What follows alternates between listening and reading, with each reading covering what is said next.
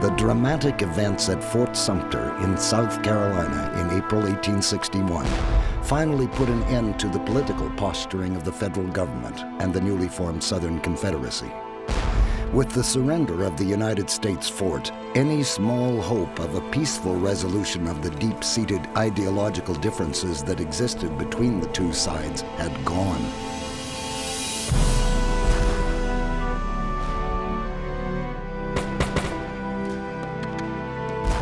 The new currency was the bullet, the bayonet, and the cannon shell. It seemed that men and women from each side understood that their fate had been wrenched from the grasp of the politicians and placed into the hands of the soldiers that wore the blue of the Union forces and the gray and butternut of the Confederate Army. And so America prepared to go to war, not with a foreign foe, but with itself. At stake were not just the ways of life of the North and the South, but the very future of the United States.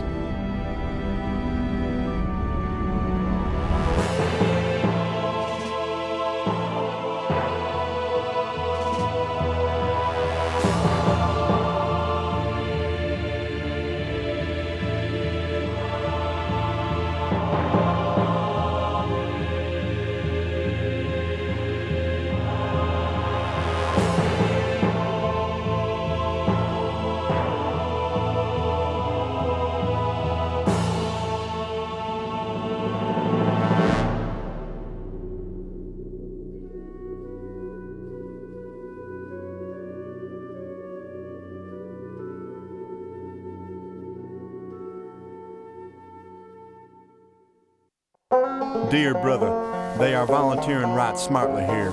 If you want to join a company, come down here and let's go together. I have the best suit of clothes that ever I had in my life. War? I can't sleep, I can't study, I don't know as I can write. If a fellow wants to go with a girl now, he'd better enlist.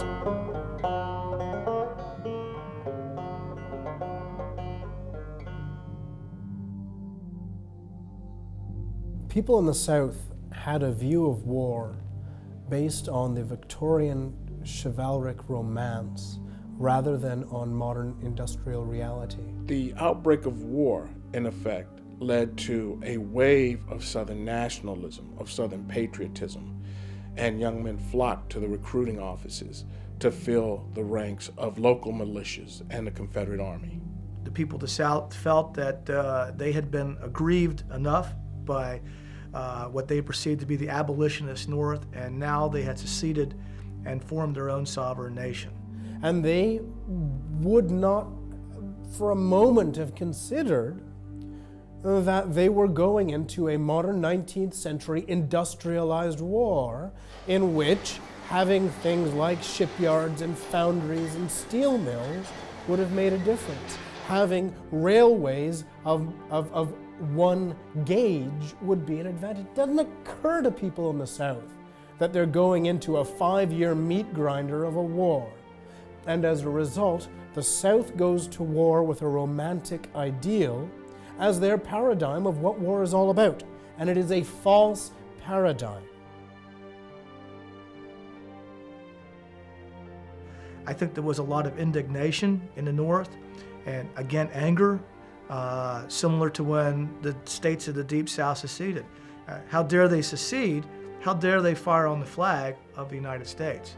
And I believe the firing on Fort Sumter gave even those people in the North who were ambivalent about secession, it gave them sort of something to rally around, gave them something to look to and say, look, not only did they secede, not only did they destroy our Union, but now they've fired on our soldiers. It was viewed as treason against the United States. It was viewed as rebellion. It was viewed as heresy against the civic religion of America.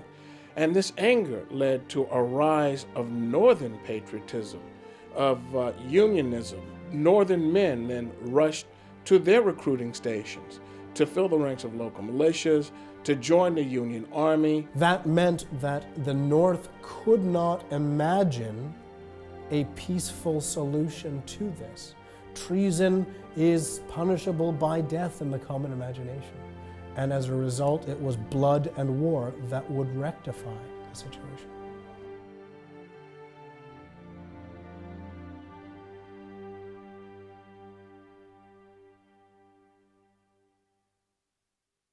It must have been with some relief that North Carolina, Virginia, Tennessee, and Arkansas were welcomed into the Confederate fold, since these 4 states were to provide the Confederate Army with half its food and almost a third of its men. Virginia was also strategically important to the South, lying as it did across the Potomac, close to Washington, the federal capital. However, many citizens of Western Virginia were not crazy about the idea of secession from the federal government. In fact, that part of Virginia sent thousands of men to serve in the Union Army.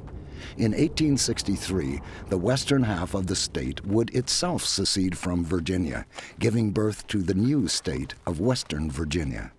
Likewise, some men from eastern Tennessee formed their own regiments to serve in the Union Army. Another crucial state was Maryland. Sea communications between Washington and New York or Boston or Philadelphia are controlled by Maryland. You've got to go through Maryland or Virginia to get to the sea. And that means that Abe Lincoln could not afford to lose Maryland to the Confederacy. And what Abe Lincoln does is he packs Maryland with so many northern militiamen, so many federal soldiers, that there is no physical way that Maryland can join the Confederacy. Even if the Maryland legislature votes to secede, they cannot physically leave the Union. And Maryland bows to that reality, and Maryland stays within the Union as a, for the moment, slave-owning state within the United States. Not all Southerners were gripped by secessionist fervor. Many people found themselves wrestling with the terrible dilemma of giving their loyalty to their country or their state. One soldier in the Union Army who agonized over this question was a certain Robert E. Lee, a man who would play a central role as the drama of the Civil War unfolded. Never a keen secessionist, Lee was actually offered command of all the Union forces, but his loyalty to his native Virginia, against which he famously said he could not raise his sword, persuaded him that his rightful place lay with the Confederate Army. Many of the best officers of the United States Army were Southern, including Robert E. Lee, and they resigned their commissions and went south. And even the Confederate president, Jefferson Davis, was a very experienced soldier from the Mexican War days, and he was a former Secretary of War for the United States. Compare that with the Northern Commander-in-Chief, Abraham Lincoln, whose entire military experience consisted of, I think, 80 days as the captain of some jackleg regiment out in the frontier in Illinois during the Black Hawk Indian Wars. And as he said, he didn't see any fighting. He spent most of that time swatting mosquitoes and running away from the Indians. But at least the federal government had the framework to expand the size of the regular army and then create a very, very large volunteer force. They had the infrastructure, they had the bureaucratic system in Washington to enable them to do this. The Confederate government had to start from scratch. They had none of this. The way they went about raising their armies they both relied heavily on the militias, but they opened up recruiting offices and offered bounties to men who would join their armies for a certain amount of days, realizing that men aren't going to join for a year to 4 years as they would in the regular army, that they needed to get citizen soldiers who would join for 90 days, because the common belief, believe it or not, was that the war would only take 3 months. Each side believed that they would be able to whip the other one in quick, decisive battles, and that this would be a short-lived war. So therefore, they recruiters signed up men for 90 days, and the states offered bounties. In this way, you had men running to the recruiters, realizing that they could leave the farm and come back in time to either harvest the crops or save the farm from disaster. They wouldn't be away from their loved ones long. And since each thought they would be a part of the superior and victorious army, they believed they'd come home to the adulation of loved ones and the cheers of their nation.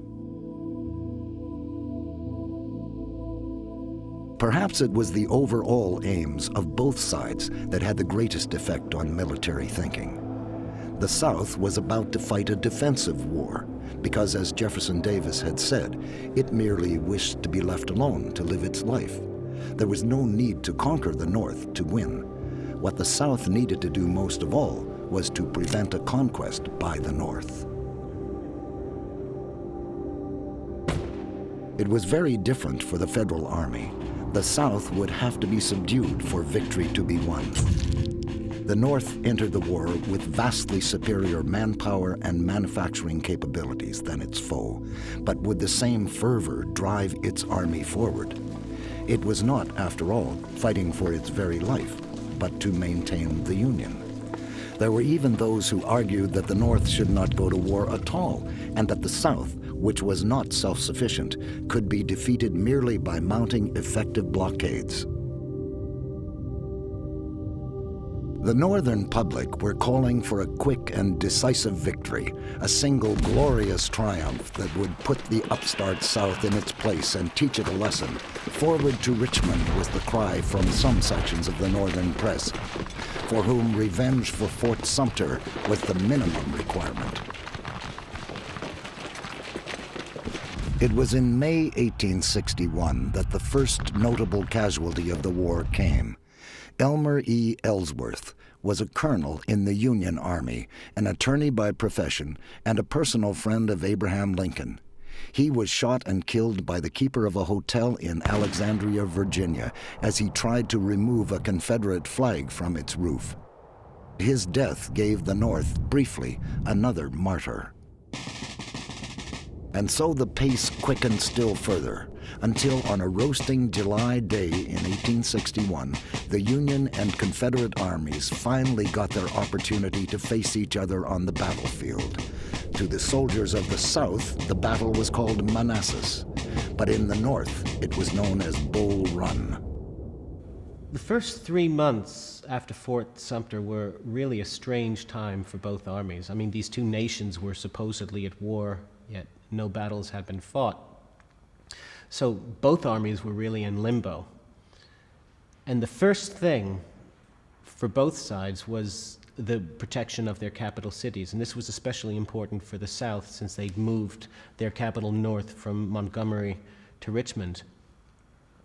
And so this place, Manassas, is about 75 miles north of Richmond, and it was strategically very important. I mean, two major railroads met there at Manassas Junction, and there was a set of roads leading out into all directions. So this was the place where the Confederates deployed their first troops in order to protect their capital and also to secure this strategic location. Both sides believe that their two armies are going to approach each other and fight a grand, decisive battle that will go largely according to the plans of the commanders. In reality, none of this happens. So everybody goes out thinking that there's going to be a grand Napoleonic battle. And just as French people did for the Battle of Sedan in 1870, not long after, spectators came out to watch. They assumed that it would be a Napoleonic-style battle held on a battlefield between armies with no involvement of non-combatants. Well, why not go out and watch? And the result was that when nothing goes according to plan, the spectators are caught up in the Union retreat, and some congressmen, including one from Rochester, New York, are captured. Bull Run, Manassas, the first battle there, goes according to plan for nobody in any possible way. Bull Run was an eye-opener and a surprise to everyone involved. When the fighting began, there was early success for the Federal forces.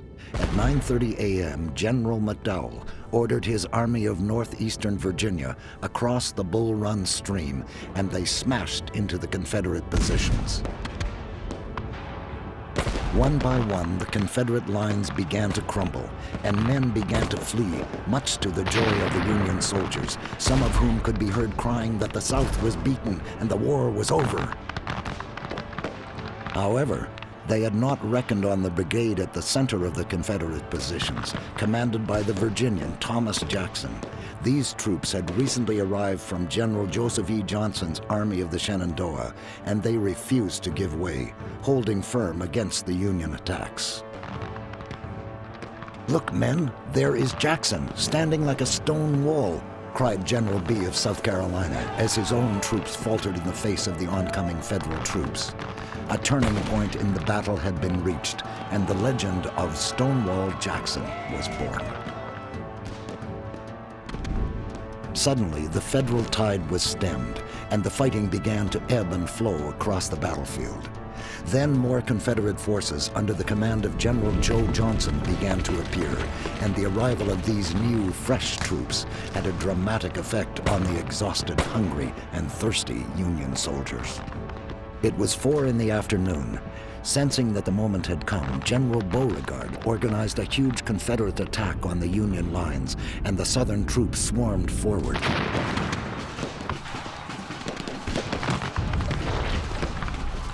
Incredibly, given the events of the morning, the Federal lines broke, and the Northern troops were soon in full retreat.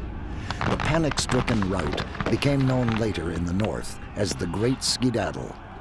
The Southern Army that had been a whisker from defeat had now won total victory, and Washington, the capital of the Union, lay undefended before them. In light of the disorderly retreat of the Northern Army at the Battle of Manassas, a lot of people are surprised that the Southern Army did not push on and capture Washington. But this is the first battle. You're dealing with amateur troops, and you're dealing with a Southern Confederacy that whose strategy is more to wage a war of attrition, in which they would force the the Federal Army to bleed itself and sue for, and then allow the Southerners to sue for peace, than to actually wage an offensive war to capture Washington. This was not to be seen as a war of Southern aggression. All we want is to be left alone. Those were his words, and that's what he wanted the world to believe. But also, I think First Bull Run Manassas was such a muddle, such a mess, that it took quite a while for even the Confederate commanders to realize that they gained the victory. I think at one point Jefferson Davis actually rode up on horseback from the rear, and he looked around and he couldn't tell whether he was looking at victory or defeat. And one of the Confederate generals there, Joe Johnston, later said that the Southern forces seemed to be more disorganized by their victory than the Federals were by their defeat. Bull Run First Manassas had seen 4,500 men killed, seriously wounded, or taken prisoner from both sides. But as the fighting wore on, even these figures would pale when compared to the casualties at battles such as Shiloh, Antietam, Gettysburg, and Fredericksburg. The events of July 1861 gave the politicians, the military, and the public a severe jolt. The war was obviously not going to be won or lost in a day. It was going to be a long, hard road. The South was rocked by disagreements between those within the military that urged that the Southern Army attack Washington without delay, and the more cautious voices that were being heard in Richmond. In the North, General McDowell paid the price for the disaster at Manassas when the popular George B. McClellan replaced him. In 1861, the Coastal War also begins to take shape. The Union Navy, which is growing larger by the month, will begin to blockade the southern coast, and along the Gulf Coast and then up the Mississippi River. This is the Union Navy applying pressure, squeezing the life out of the Confederacy, while Union armies begin to apply pressure at different points. Lincoln's blockade at the South got off to a shaky start. It was porous, and there were many blockade runners, merchant ships that were getting through fairly easily. So many people, particularly in Europe, were calling it the paper blockade. You know, it worked well on paper, but it wasn't actually working well at sea. Now, towards the end of 1861, the Federal Navy was able to secure some important coastal ports like Hatteras in North Carolina and Ship Island in the Gulf, Port Royal in South Carolina, and some others. So they were able to strengthen the blockade towards the end of 1861. But the blockade was also sending mixed signals politically, and especially to the one power that both Lincoln and Davis desperately wanted to court, and that was Great Britain. And the problem was this, that in order to forestall European recognition of the Confederacy, Lincoln maintained from the beginning that this was not a war between two powers. It was merely a domestic insurrection to be put down locally. It was a purely internal affair. And so a number of prominent people in Europe, particularly Britain, were saying, well, all right, if this is just a domestic insurrection, a local affair, then what in the world is the President of the United States doing blockading his own people? That's an act of barbarity. And they argued that if Lincoln wanted them to respect the blockade as a legitimate war measure under international maritime law, then he in turn would have to admit that the Confederacy was in fact a legitimate belligerent power with all the rights that are due to them from other neutral nations at war. So in effect, the blockade was giving the Confederacy more legitimacy than Lincoln actually wanted them to have. During the early weeks and months of 1862, the thoughts of both sides turned more sharply to the prosecution of the war at sea. The fact was that in the mid-19th century, America was far from being a naval power. When war came, the Federal and Confederate navies were as chronically unprepared as their armies, and the race for supremacy of the seas soon began. It was a huge task. One thing, though, was abundantly clear to all. The old wooden ships could not hope to withstand a bombardment from the new artillery shells. Throughout the 19th century, guns get more accurate, guns get more powerful, and are quicker to reload, relay, and fire. And that means that ships have got to deal with other ships and with shore batteries that have got stronger and stronger guns in them. The Confederates develop an ironclad ship, the Confederate States ship Virginia, which was built on the hull of the old USS Merrimack. And it's got guns poking out of gun ports all along its sides and fore and aft, and it's got a ram in it because 19th century Americans were tremendous classicists, and they loved the idea of reviving the classical ram. And they're going to use this to break the Union blockade.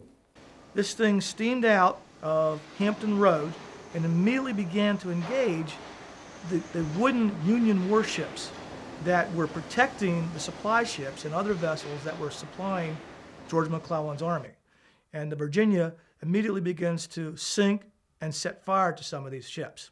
It was not a seaworthy vessel. It was a barge. It could barely move. It sailed like a pig, but it had a lot of guns, and it was covered with iron. Luckily for the United States Navy and for the U.S. Army operating the peninsula, naval experts had thought about this earlier, and they came up with their own contraption. It was the brainchild of a Swedish inventor by the name of John Ericsson. It was called the USS Monitor. The Monitor put its guns in a rotating turret, which was new. It had almost no freeboard. That is, it didn't stick out above the water much, which was new. All the accommodation and running gear and everything was below decks and below the water line, which was new. It was perhaps the first modern warship.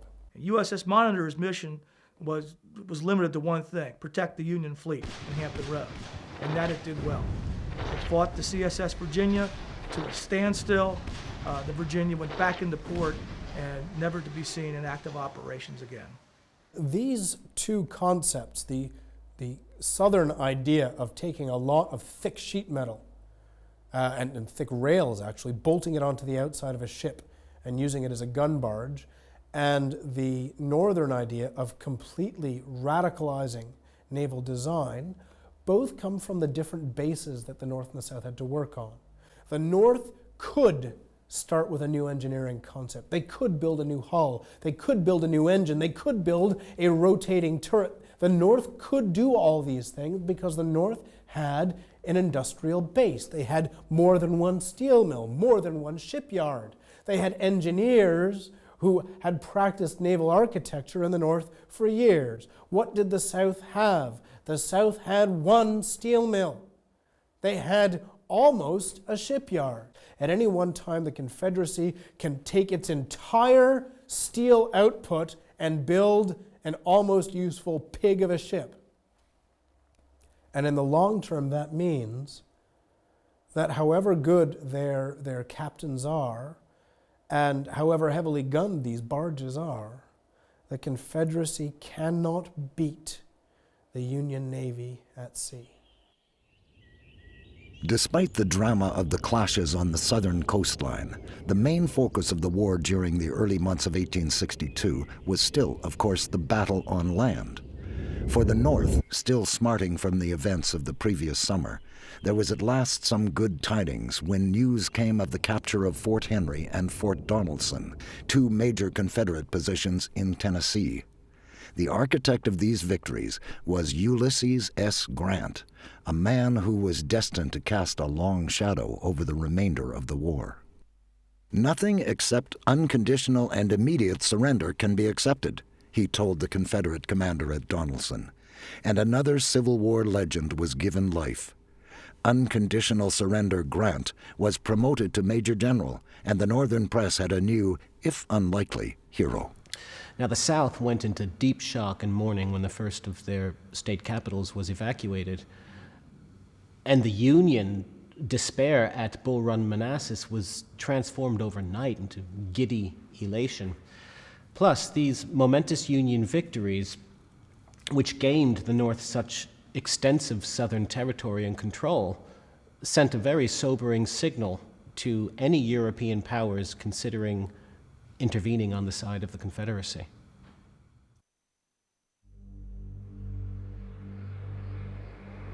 The scene was now set for one of the bloodiest episodes of the entire war. It came on April 6, 1862, a beautiful Sunday morning along the banks of the Tennessee River in southwestern Tennessee. The place was near Shiloh Church. In Hebrew, it means tranquility. Never can a place have been given such an inappropriate name. God grant that I may never see such scenes again. Their cannonade was like a mighty hurricane sweeping all before it. The Battle of Shiloh, which was called the Battle of Pittsburgh Landing in the North, was the bloodiest battle of the war, to point. It pitted two huge armies against each other. Both of these armies were relatively green, though, especially the Confederate Army, which was under the command of General Albert Sidney Johnston. The battle began early in the morning. The Union forces literally were caught basically just getting out of their tents as they're fixing breakfast. They should have known that the Confederates were getting ready to attack. And Grant was just stunned. He didn't expect so soon after his victories at Fort Henry and Donelson to have to face this onslaught of 40,000 Confederate troops. But an attack does come, and the first day of the Battle of Shiloh goes totally against the Union forces. At the battle of what's called the Battle of the Hornet's Nest, a Union brigade gets surrounded. Confederate artillery is brought up, and they blast the Union defenders almost at point-blank range.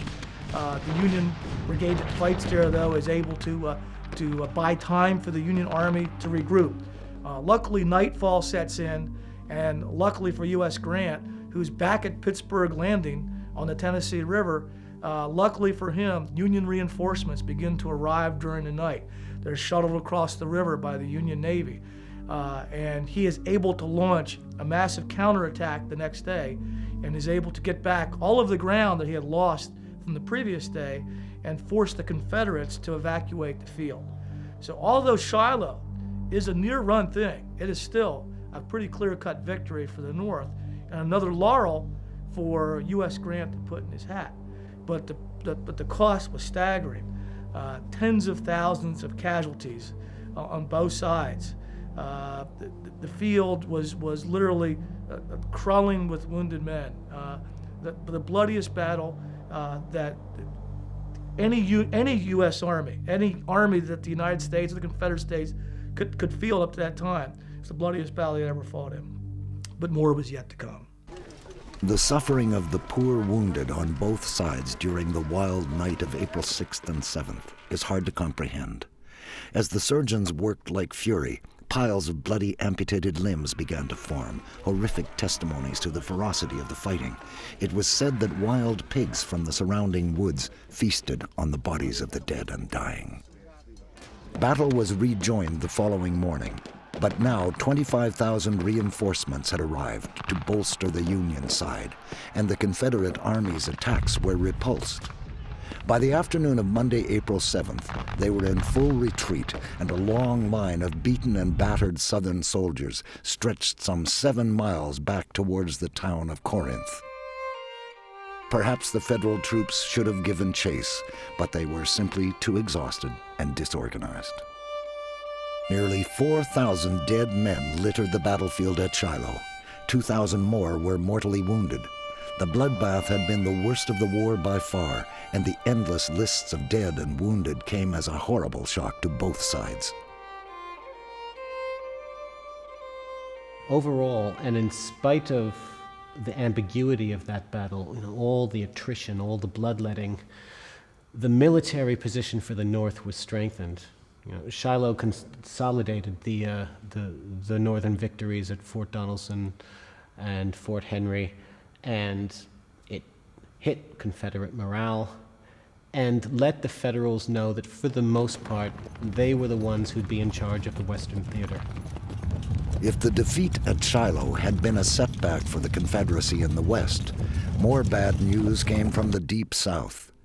As a result of a brilliant tactical maneuver by Federal ships under the command of Flag Officer David G. Farragut, New Orleans, the largest city in the Confederacy, had fallen without a shot being fired. What was more, and just as bad, Baton Rouge had also surrendered, as had Natchez, Mississippi. Only in the Eastern Theater did things look a little better for the South. But in the early spring of 1862, even the situation there was bleak. Luckily for the South, Lincoln and McClellan could not agree on Union strategy. And in the Shenandoah Valley, Stonewall Jackson's inspired and brilliant leadership was making him a hero to the people of the South. We've received some mixed images of Jackson down through the years, which really indicate how complex a figure he was. I think first, and perhaps most frivolously, you've got Jackson the eccentric, the goofball, the one who his own troops call Crazy Tom. He did things which are downright weird. He was convinced that if he didn't hold one arm up in the air all the time, all the blood would pool in it, and he would therefore sit around with one arm in the air all the time. This is the Jackson who won't eat pepper because it makes his left leg hurt. The one who's always sucking on lemons in order to cure his sour stomach. Perhaps this is the Jackson who seems to have a direct line to God, like John Brown said he had, so he gets divine inspiration for his military strategies. And then I think most importantly, you've got the military strategist, the military professor, which he was. He was a stern taskmaster and a risk taker. His ability to march his troops over long distances in a short amount of time earned him a lot of accolade. In fact, his unit was called Jackson's Foot Cavalry. He was not afraid to fight, and he wasn't afraid to take a risk. And therefore, his tactics and strategies are in line with those of his commander, General Robert E. Lee. He was an absolutely useless lecturer in military science, but a brilliant practitioner of military science. He suddenly became almost a textbook military genius. While the Jackson legend continued to grow, McClellan's cautious progress on the Virginia Peninsula was earning him the nickname the Virginia Creeper. Lincoln had become angry and frustrated by the slow speed of the Union advance towards the Confederate capital of Richmond. Although, to be fair to McClellan, terrible weather was hindering the movement of the Union troops. Less understandable, perhaps, was the constant suspicion of the Union commander that his enemy outnumbered him. Eventually, McClellan's troops pushed on to within 5 miles of the Confederate capital. Inside the city, there was chaos as the people feared the worst. Even Jefferson Davis's government prepared to pack up and leave. It fell to Joe Johnson to march his men south of the Chickahominy River, where they fought a savage 2-day battle at Fair Oaks. In the South, the battle was known as Seven Pines, and it cost the Southern Army 6,000 casualties, one of whom was Johnson himself, who received serious wounds. The North, meanwhile, suffered the loss of 5,000 men, and McClellan pleaded with Lincoln for reinforcements that were not forthcoming. The Battle of Fair Oaks was inconclusive, and it left Davis without a commander for the defense of Richmond. It did not seem so at the time, but the Confederate president's appointment of his senior military advisor, Robert E. Lee, as replacement for the wounded Johnson was something of a masterstroke. Well, Robert E. Lee certainly is considered one of the greatest generals in American history. Lee was a very well-respected man in both armies. But I think one of the reasons why Lee is held in such high regard among military historians today is because of his great leadership qualities, his willingness to take calculated risks, his willingness to lead from the front if need be, and also because of his great character and morality. Lee was soon on the counterattack, starting at Mechanicsville on June 26th, on a campaign that was to become known as the 7 Days. To put it into perspective, it is necessary to understand the leader, the general-in-chief of the Northern Army. McClellan was a West Pointer, like many of them, and he was well-versed in tactics and a good disciplinarian. And in fact, he whipped the Army of the Potomac into a good professional fighting force. They looked beautiful, they drilled well, and they were prepared for battle. However, as time went on, McClellan, who was initially arrogant and overconfident, became frightened. He was afraid to go into battle. He was afraid of what would happen if he lost. He was so overconfident that he was afraid of losing at this point. Finally, Lincoln started to push him. He threatened to remove him if he didn't make a move, to just cross the river and attack the Confederates. Well, McClellan came up with a plan. He would enter Richmond. Instead of attacking the army, he would capture Richmond by going up the Potomac and entering Richmond through the back. He'd go down the York Rivers. And so, in doing so, he'd come into Richmond through the back door. Detecting this move, and the possibility of other movements, Robert E. Lee called his forces in around Richmond to protect Richmond. When McClellan arrives, he encounters a Confederate force which he overestimates in size. He acts too cautiously, and throughout this campaign, he doesn't throw his full weight against Richmond. Likewise, Lee and his commanders are afraid that the Union forces would be able to overwhelm them and break through.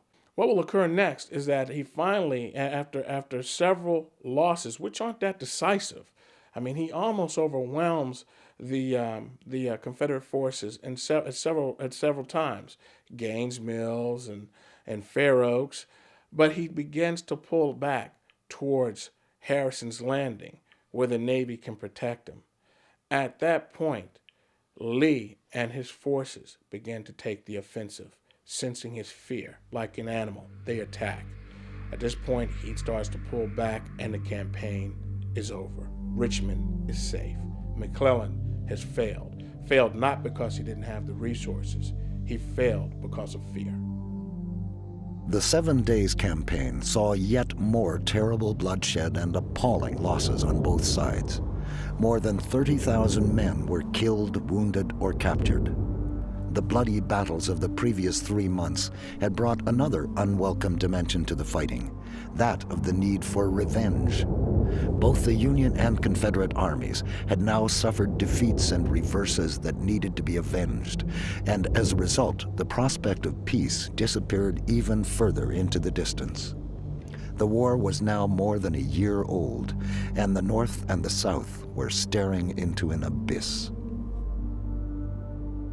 In order for the Confederacy to stop what is starting to look more and more like a Union steamroller, very well provided for, very well fed, very well armed, that is rolling southwards along the line of the Orange and Alexandria Railway, Lee needs to force the Union to defend itself.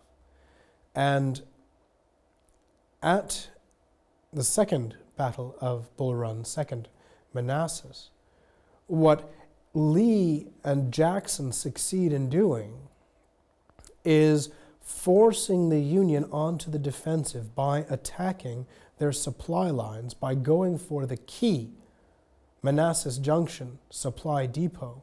There were 7 days of fighting in and around Bull Run, and at the end of it, and for the first time in the war, it's the Confederates who are poised as the invading army. John Pope and his troops fought a rearguard action all the way back to Washington, near about. So this meant that with an army half the size of the combined Northern forces, Robert E. Lee was able to push that war right back to Lincoln's doorstep, to within 20 miles of Washington. In September 1862, the spotlight was once more turned onto the state of Maryland. Lee, as bold as ever, was determined to follow up on the victory at Second Manassas by taking the war to the front porch of the Union, and there was genuine hope now on the southern side, rising mainly from what appeared to be the crumbling state of the Union. Disagreements and divisions, both military and political, an upcoming election that the Republicans were far from certain of winning, all combined to convince the Confederate Army that one last push might bring the entire shaky northern edifice crashing down.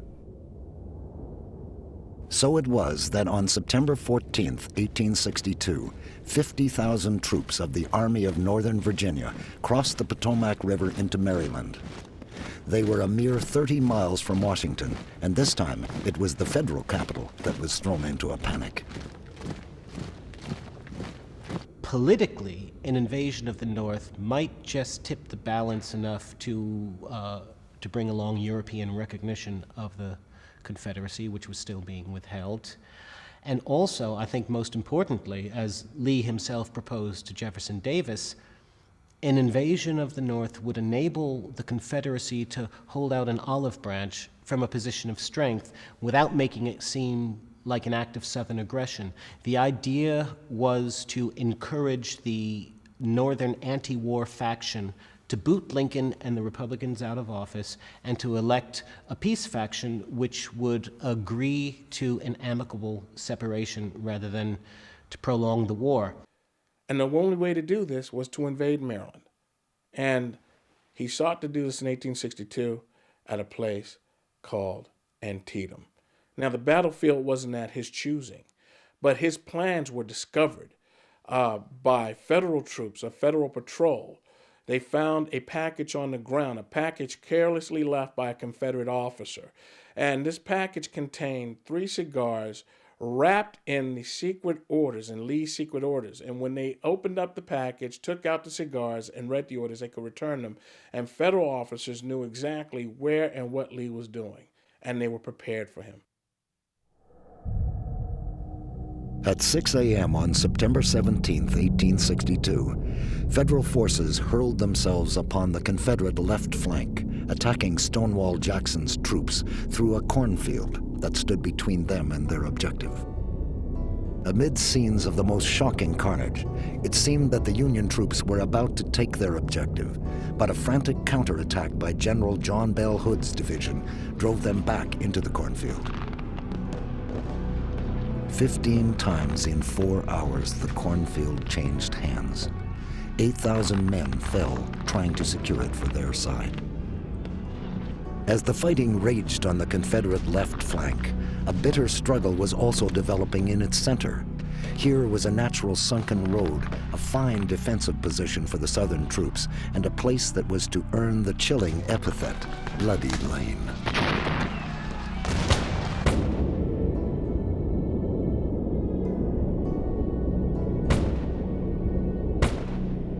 The best way to characterize this fighting, it's a stand-up, knockdown, bloody fight. Union brigades will be brought up. They will be brought directly in front of the Confederates, defending the lane, and they will stand there and just slug it out with the Confederate forces. Confederates, of course, have an advantage in that they are being protected from this natural breastwork of the sunken lane. They've knocked down the Virginia snake rail fences that run along the length of the lane, and they're using that as breastworks too. But the Union forces are coming in on higher ground, and eventually, and because they have more forces, they will envelop the Confederate flanks, and because that higher position will force the Confederates to eventually retreat. As the Union forces pursue the vanquished Confederates, they will cross through this lane, which is littered with hundreds of dead and wounded Confederate soldiers. So many that most first-person accounts say that you could walk from one end of the lane to the other without stepping on the ground, just by stepping on the bodies of the dead and the wounded. Meanwhile, on the Confederate right flank, 500 Southern troops dug in on high ground were holding back 12,500 Union troops under General Ambrose Burnside as they tried to take a stone bridge over Antietam Creek. Despite heavy losses, they eventually managed to scatter the Southern troops. But as the victorious Yankees pushed on and were about to envelop the Confederate line, reinforcements in the shape of the Confederate Light Division under A.P. Hill arrived to rip into the left flank of Burnside's men. True to form, McClellan refused to run the risk of sending reinforcements to aid Burnside, informing his desperate comrade that it would not be prudent. September 17, 1862, would go down as the single bloodiest day in American history. 8,000 men had been killed or mortally wounded. 15,000 more received severe wounds. Lee's battered army was forced back across the Potomac, thus ending the threat to Washington.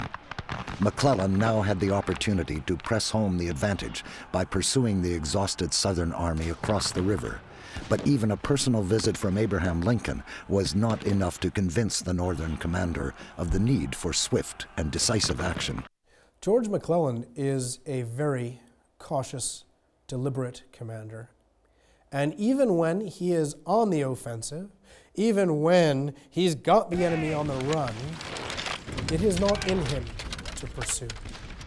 McClellan views his army as being the last reserve of the last army of the Republic.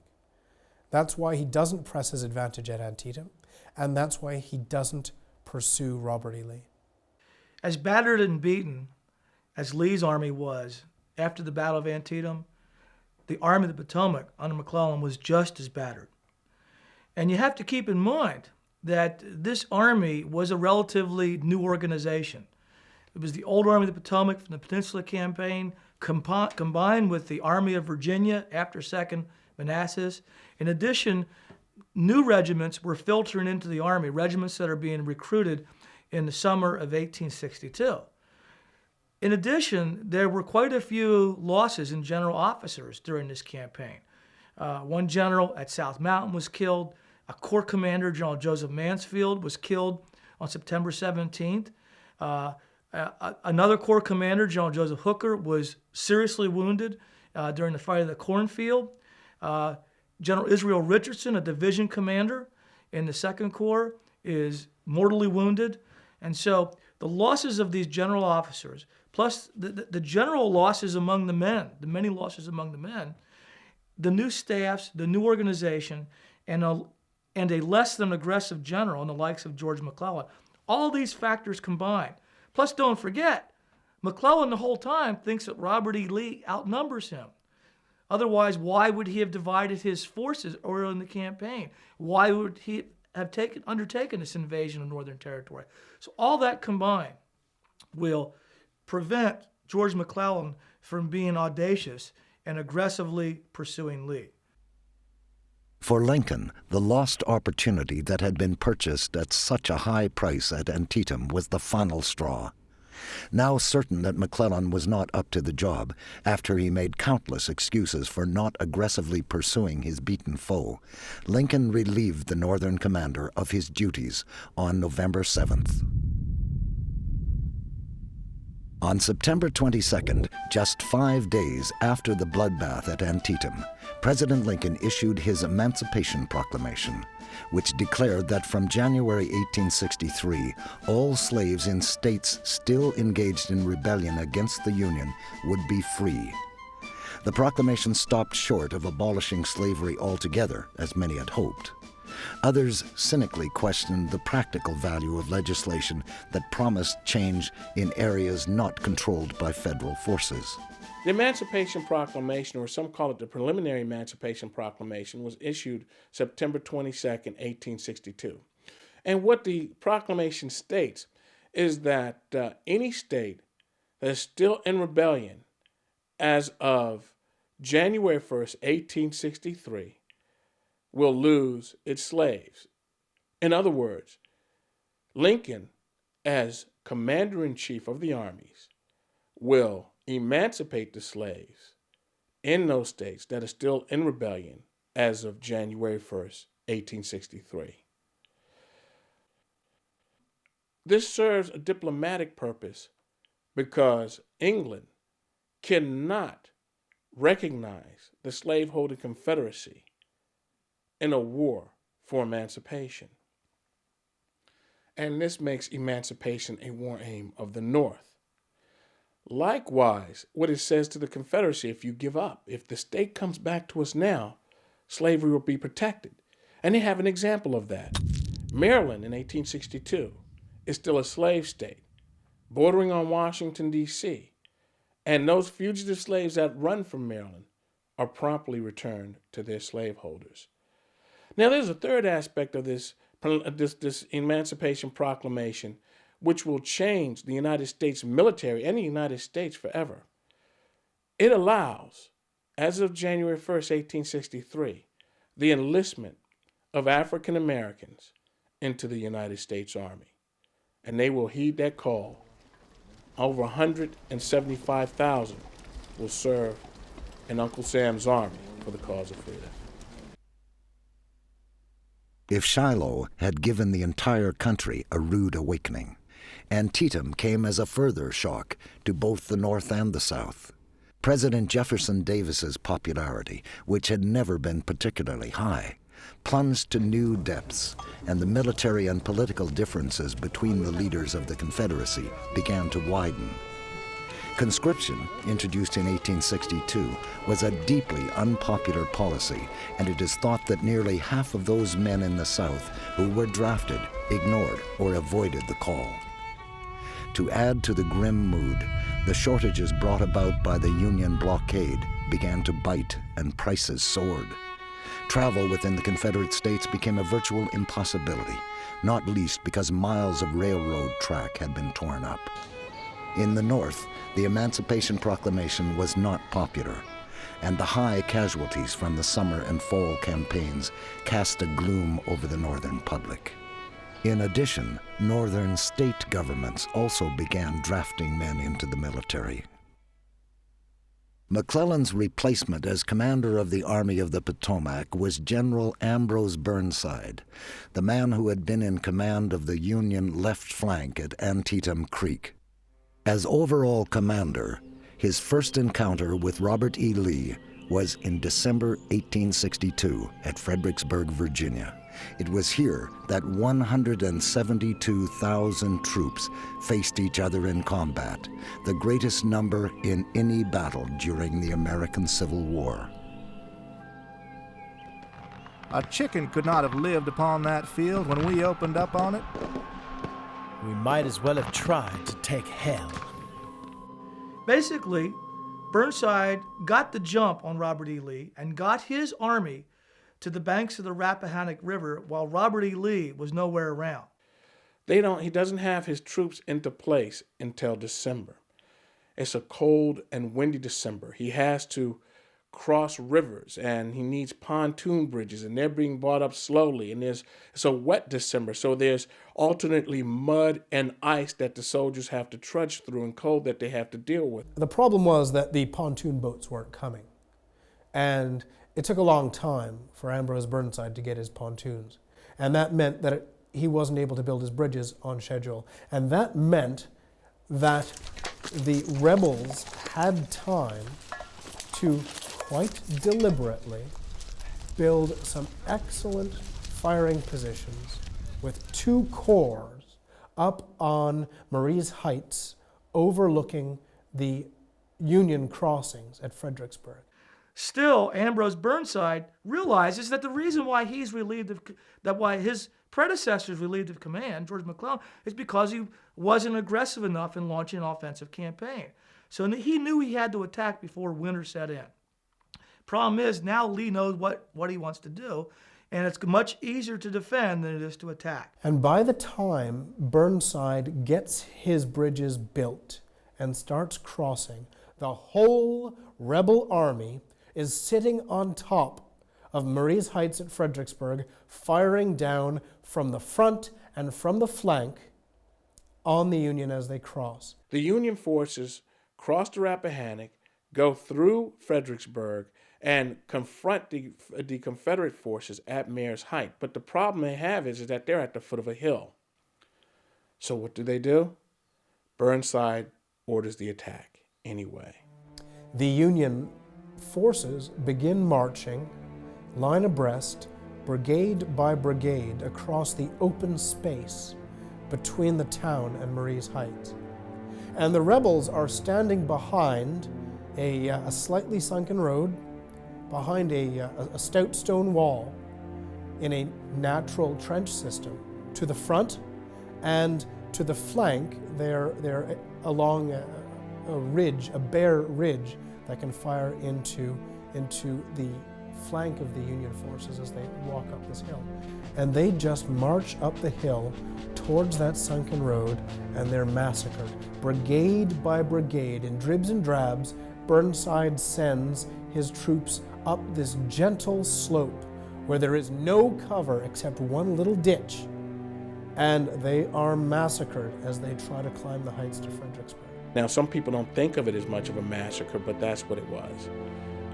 They charge and charge and charge again into Confederate rifle fire until finally Burnside and his officers realize that they will not be able to rout the Confederate forces, and they retreat. We tend sometimes to place all our emphasis on the Eastern Theater of War. Hence, the Battle of Fredericksburg generally is seen as the final big battle of 1862. But it wasn't. In the Western Theater of War, in the Tennessee Theater, another battle was taking shape. And that battle is going to be called the Battle of Murfreesboro by the Confederates, or the Battle of Stones River by the Union.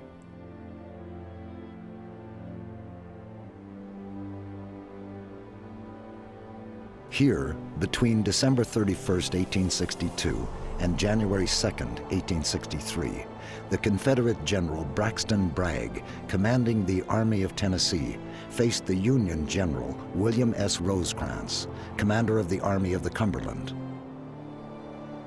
Appalling weather preceded a confusing and bloody battle marked by massive Confederate frontal attacks against Union positions. In the face of heavy losses, the Confederates continued to charge, and on January 2nd were pummeled by Union artillery as they crossed Stones River. Despite 13,000 Union casualties, Lincoln was desperate to claim the victory. And so the bloody year of 1862 came to a close. For all the pain and suffering, deprivation and hardship, broken bodies and makeshift graves, was an end to the war any nearer? It seemed not. In the North, a poor showing in the November elections and the disaster at Fredericksburg had put Lincoln under enormous pressure. Some thought the strain was beginning to tell. In the South, the victory at Fredericksburg had come as a welcome boost, and anyway, there was little else to do but carry on. Already thousands of sons of the South had died to preserve the Southern way of life. The Confederacy had come within a hair's breadth of defeat, and within touching distance of victory. The war was not even halfway through, and the sacrifices made by the men and women of the North and the South were far from over. In fact, though few would have believed it possible, matters were to get steadily worse.